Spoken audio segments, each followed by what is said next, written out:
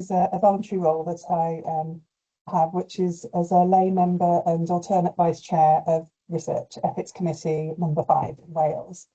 So I'm going to try and give you an overview of what research ethics committees do and how they actually do it to protect participants in clinical studies, and particularly their rights, dignity, and well-being, and to ensure that that research that's conducted in healthcare and social care is done with an ethical approval.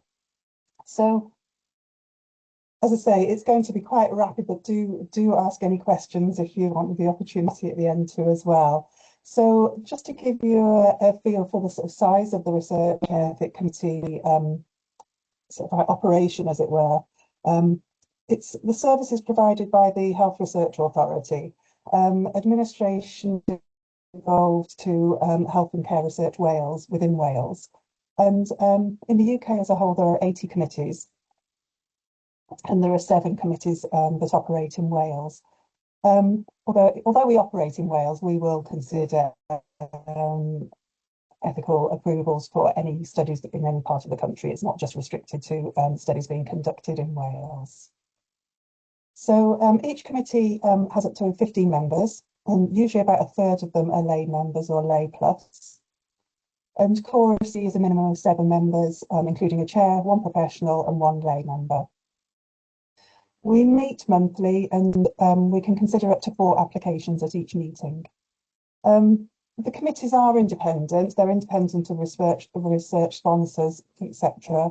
And so it is a completely independent decision-making process. And obviously, as with a lot of these things, we would have to declare any interests or any personal or professional involvements in any studies that do come across our desks, as it were. Within the actual committees, some committees are flagged to consider certain types of research. So, for instance, our Ethics Committee, the one I sit on, is flagged for research in adults lacking capacity, research in children, tissue banks, and also clinical trials of investigative medicinal products, which is your big medicine clinical trials. And in order to be flagged for this, the committee members undertake additional training in these specific areas on top of the sort of standard ethics committee training. And so, kind of why are we here? What is our main remit? And the overarching remit of ethics committees is to safeguard the rights, safety, dignity, and well-being of research participants. And the research participant can be a patient, or maybe a healthy volunteer, or maybe a healthcare professional. You know, it could be anybody who is involved in health and social care research. And we're also there to promote and support ethical research and good, well-conducted research in health and social care. Sorry, lost my train there. So all of any studies that are conducted within the NHS and social care in the UK, which directly or even indirectly involve human participants, will need approval from a research ethics committee. And so what I would say by indirect involvement would be possibly if somebody was looking through patient data without actually kind of like being in face-to-face contact with patients, etc., or if they were like tissue bank research, etc., where it's kind of maybe not directly involved with a participant or patient, but it's involved their data or their tissue or their information. So how do we do it? This is a kind of like a brief overview of the actual kind of practical nuts and bolts of it, and then I'll go on to the kind of more of the considerations that we undertake whilst we're actually looking at an application. So researchers submit their application through the IRAS system, or the Integrated Research Application System, which I think is, if anybody has experience of research, some people find it quite onerous, but it's forever trying to be improved and made more simple for researchers. And this is a single portal, and so obviously ethics approval is one part of research approvals that are required in order to conduct research in the UK. It may be that they also require approval from a confidentiality advisory group, as I was saying, particularly if they're looking at big data sets, etc. or maybe from the radiology, radiation assurance, etc. If they're doing any X-ray or using radioactive materials, then they may need additional approvals there. And also MHRA approval for a study. So, for the big clinical trials, the MHRA will need to approve that study as well. And just as an aside, in recent years, the ethics committees work alongside the MHRA now for the big clinical trials of medicinal products. This is to try and streamline the process, and it has really speeded up the process because prior to that, they were done in sort of like one at a time, and so it could be quite lengthy before both approvals came through. So we work through it at the same time as the MHRA are, and so that the pharmaceutical companies get their approval in a timely fashion at the same time.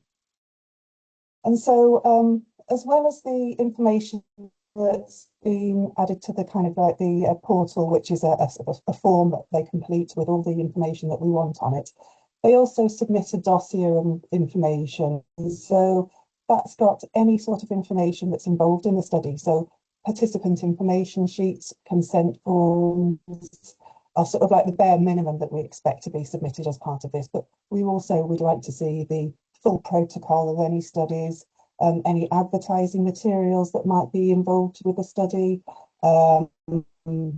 things like instructions that are going to be provided to participants on using any potential technologies, etc., that might be associated with a study. So, for instance, if they're submitting questionnaires or results through apps and things like that, or so all of those sort of things come in a dossier. So, as you can imagine, some of these can be quite weighty amounts of material with multiple documents involved. So in order to kind of make this actually workable for the committee, we have a lead reviewer system. So for each meeting and for each application, one individual within the ethics committee is allocated as the lead reviewer. And then there is also a second reviewer allocated. And the lead reviewer will really look at that one particular application in detail and then present it to the committee at the meeting and highlight any issues that they've identified that they want to discuss with the committee members, or that they want to ask questions of the researchers at the meeting. So the principal researchers attend the meeting, and they're there to answer any of these questions that have arisen once we've looked at the information that's been provided. And there can sometimes be several of the research team at the meeting. There may be the sponsors as well as the principal investigators, and also we do have maybe sometimes the patient and public participation group individuals might be there as well, which is always welcome. And so once we kind of asked questions that have arisen of the research team, they then leave the meeting. The committee will have further discussions, reach a final decision by consensus. And so to kind of like give you a quick kind of idea of what we actually consider, because it's very difficult to actually I think understand what the ethics is, because it's initially you think, oh, that's quite obvious. It's it's just like, oh, we want to make sure that it's the right thing to do, as it were, which yes is the overarching drift, but it's surprising how many different elements within a study actually do kind of come into our remit and that we do consider as part of this approval process. So right from the outset, one of the initial things that we're looking at is to consider whether the research proposal itself is necessary, whether it's properly designed, properly supervised and conducted, and the outcome that is being sort of sought will actually answer the research question in the first place. And so it's not only as to kind of like the sort of like the ethics of the actual individual participants and what's going to be done to them. It's broadly, is this research of value? Is it going to work? Is it going to be well set out? Because this is participants' time after all, and so it needs to be well used, and that is valuable in its own right. And so this can also help to provide, we also feed back to researchers if there's anything that we think can be changed or tweaked within the research design to help with that and to improve the design and to possibly make it, a better sort of study for answering our research question in the first place. Recruitment arrangements are very important.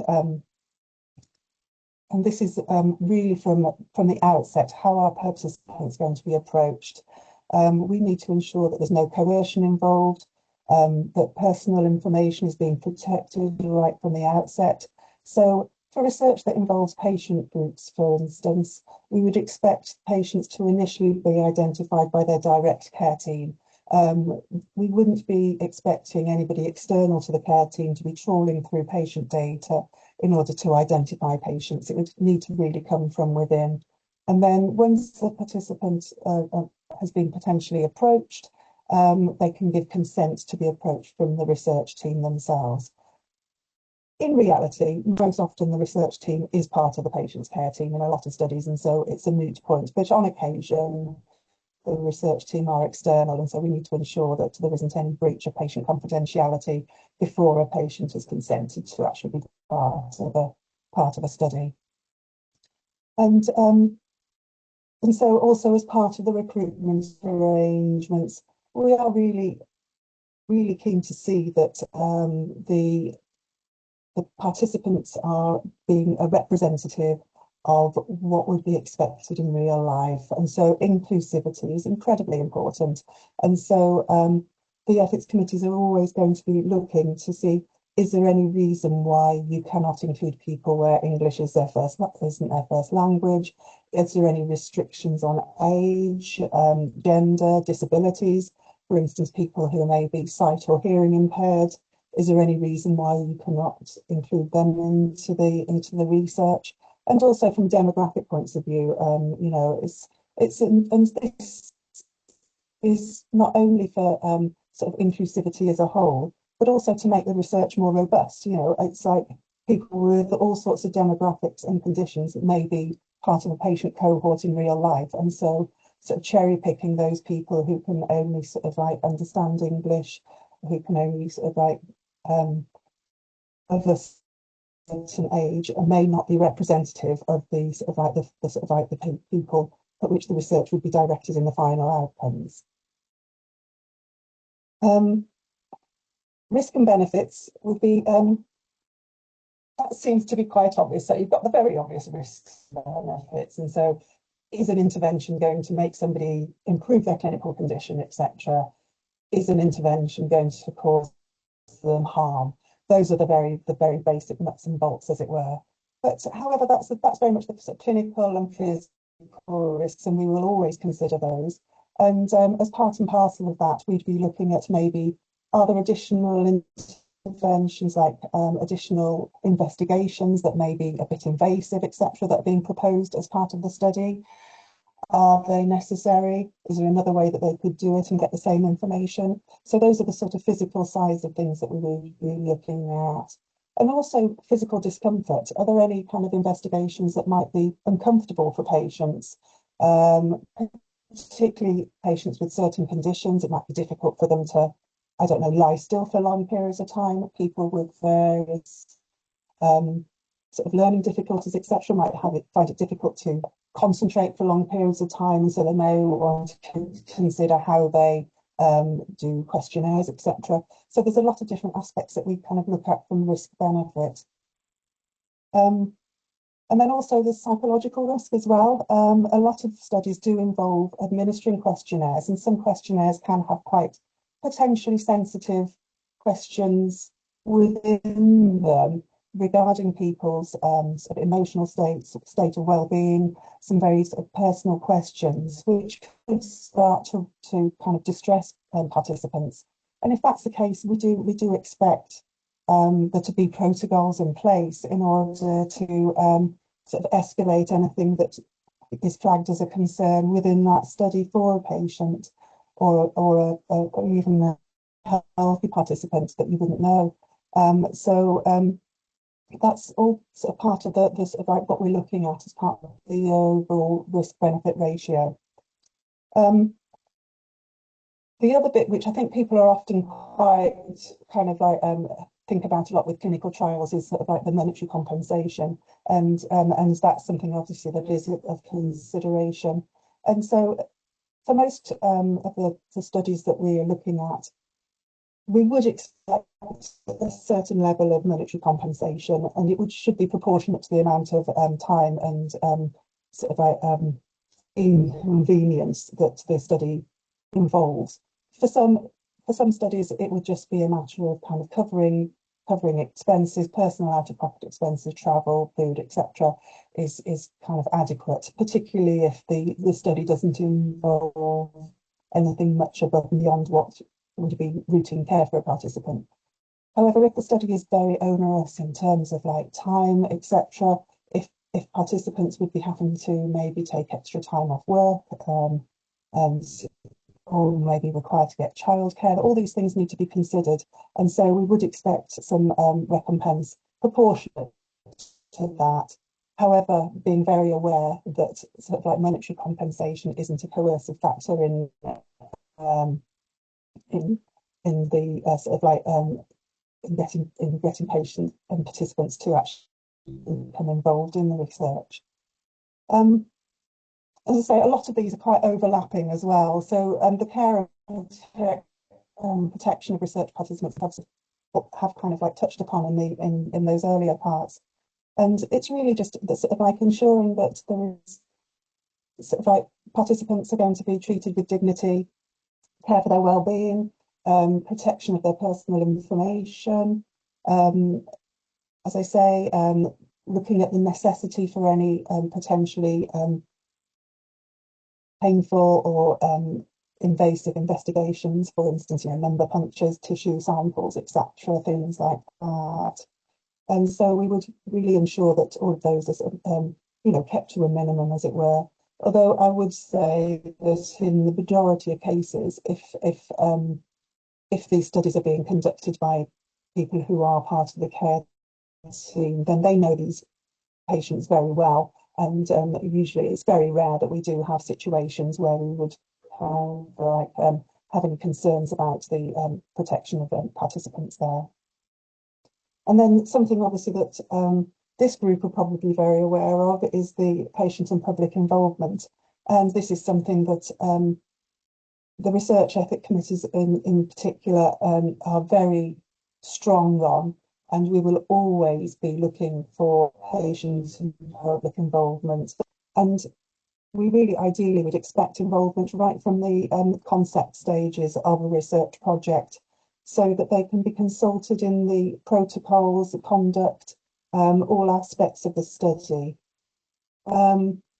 Because at the end of the day, these are the people who are going to have the greatest insight into how this condition affects them, how people would like to be treated, what would be overly burdensome, etc. for people. And so we're looking at, so for instance, in some conditions, and it can be varied between them, but in some conditions it might be preferable for patients, if there's a lot of investigations to be done, to all to bunch together in one day, one hospital appointment. That's brilliant. So yes, put them all together in one. In other situations, it may be that the condition is associated with fatigue, etc. And so you might want to spread investigations and things over a wider number of hospital visits in order to allow participants to have shorter amounts of time in actually engaging with the process. And in many, many circumstances, I think that almost every time we go through something, it's quite obvious when you get a patient information sheet, which is the information that is given to the patient to consider, is that we say, has this been read by a potential participant or somebody that, and we always recommend that it is read through by somebody that's not part of the research team, just to ensure that it makes sense, that it's readable, that it's fit for purpose. Because I think that it's quite often that research groups are so tied up in their research and they know it so well that they don't really have much insight into sort of like maybe the sort of technological language they're using, assumptions they may make as to the understanding of the potential participants. And so that's something that we really do are strong on. And so the consent process is, as you would expect, the consent process is quite formal. This is where the patients are giving their consent to be part of the study. And it's important that any potential participant is given plenty of time to consider if they want to be part of a study, ideally at least several days, and being allowed to take information home with them, discuss it with family, discuss it with friends, etc.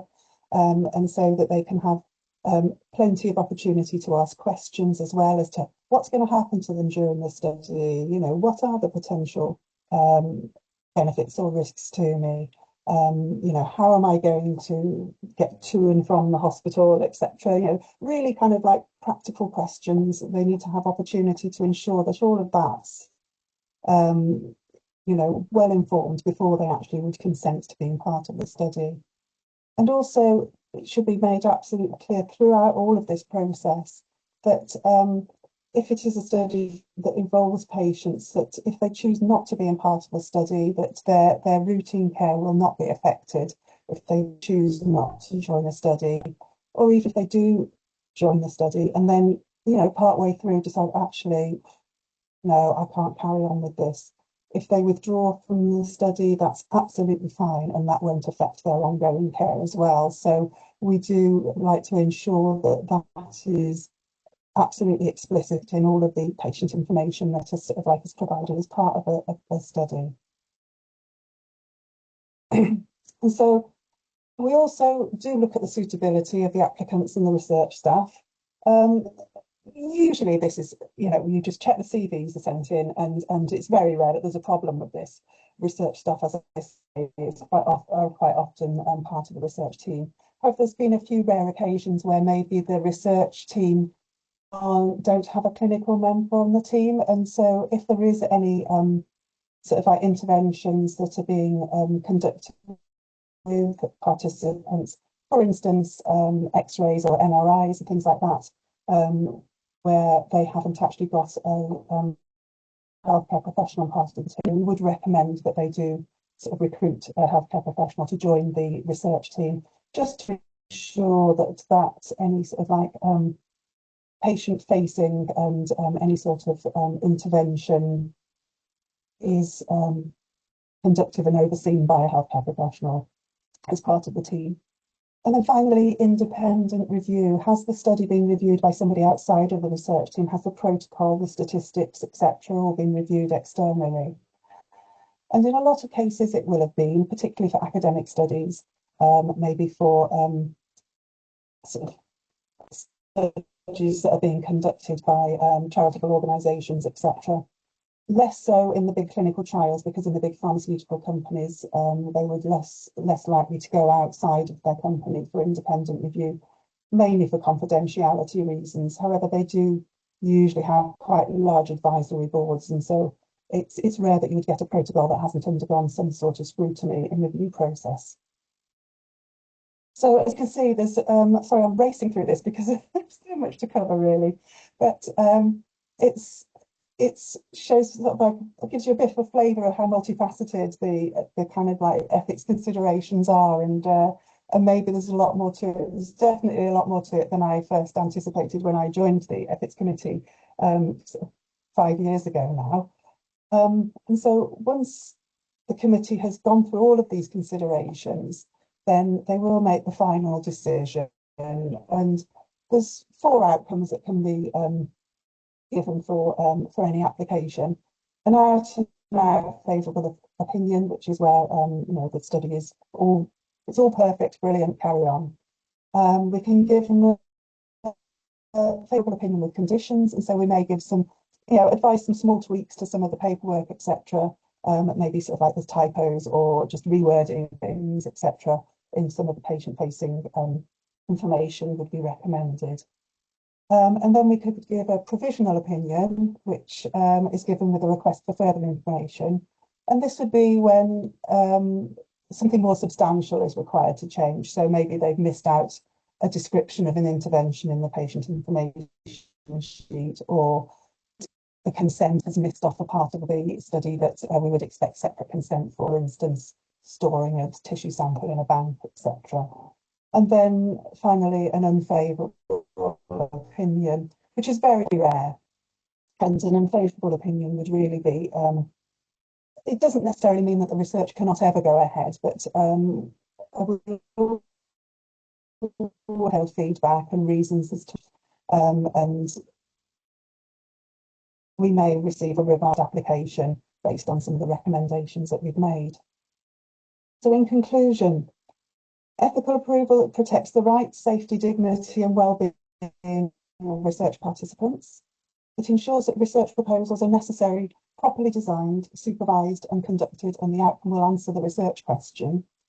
And it promotes ethical research that's a potential benefit to participants, to science and to society as a whole.